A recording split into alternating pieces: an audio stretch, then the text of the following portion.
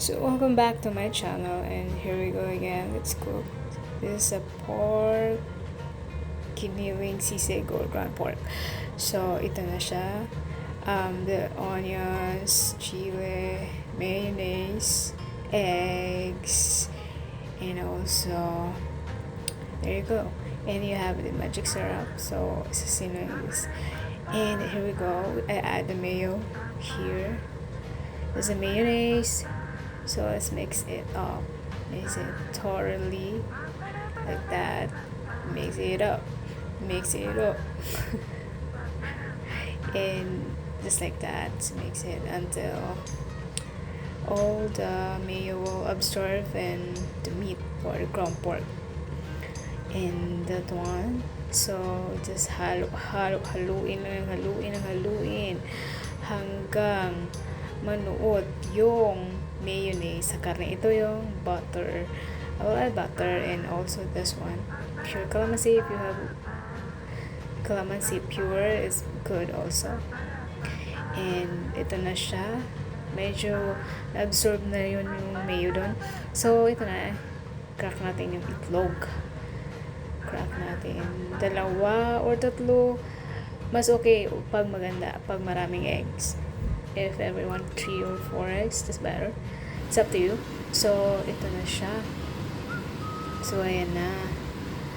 Dito, na-add ko na yung butter. So, hindi nyo lang siya nakikita.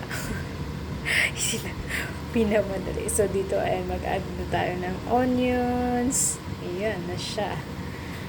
Ito na, onions. So, instant sisig lang to kung nakita ko doon sa YouTube na pwede pala pork giniling, pwede pala siyang gawing sisig, kaya ginaya ko sila. Ito na yun. Ayan, ihaluin mo lang siya, mix it all and mix. So that one, so hinaan mo lang yung apoy, kaya baka naman masunog yung giniling. Hinaan mo lang yung apoy. And chile, the spicy. So, pag may bata kayo, optional lang yan. Kasi, pag may bata, bawal sa sili. Kasi sobrang anghang. So, pag walang bata, sige, lagyan natin ng sili. Mas maraming sili, mas masarap. Kasi, mas manghang. More chili is more better. Because, if you like the spicy. Just joking. Joke lang, oy. Bayan. Ganyan lang siya. Ingarap ako na siya kadali. Good. Paspasan lang nato. Kay na. Iya pares lang. Iya ning nagkuhan ani ron. Ko ay na, dinagdagan na natin ng itlog. So, pinagsakan na natin yung 2 itlog dyan. Kung gusto nyo yung 3, pwede rin. Kung gusto nyo yung 4, pwede rin. So, ayan na siya. So, ayan, gusto ko makita ang ganyan kasi kung mag-order ka ng sisig sa restaurant, makikita mo yung white na ganyan, no? Diba? Parang half cook lang siya, tapos i-mix mo siya, ayun na, maluto na yung itlog. So, ayan siya, nakikita natin yung white na naluluto na siya. Ayan, parang sisig na talaga siya. Pork sisig. No, pork, giniling sisig. Ayan.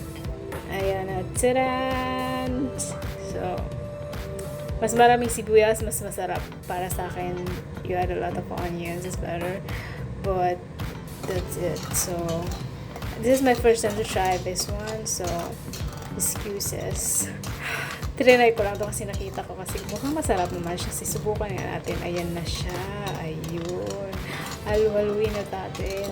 Tolong mix na yan. So nga na siya kadali. Giniling pwede naman di ay. So ko kaatik. Karoon po kaatik nga ng giniling pala pwede di siya. So ayan na siya. So, ihanda nyo na yung kanin, isang kaldirong kanin dyan para kakain na tayo. Nag-add na pala ako dito ng seasoning or magic syrup. Any naman kung anong gusto nyo. Tsaka nag-add na rin ako dyan ng calamansi. So, kung gusto nyo medyo maasim-masim, pwede rin. Mag-add pa kayo. So, dyan nag-add na pala ako ng calamansi. Hindi ko lang siya nakunan kasi ako lang talagang gumawa ng video ko. Ayan na siya. So, ready to eat na to. Ihanda ang plato. Walang kutsara kasi magkamay tayo. So, ayan na. Thank you for watching. Bye!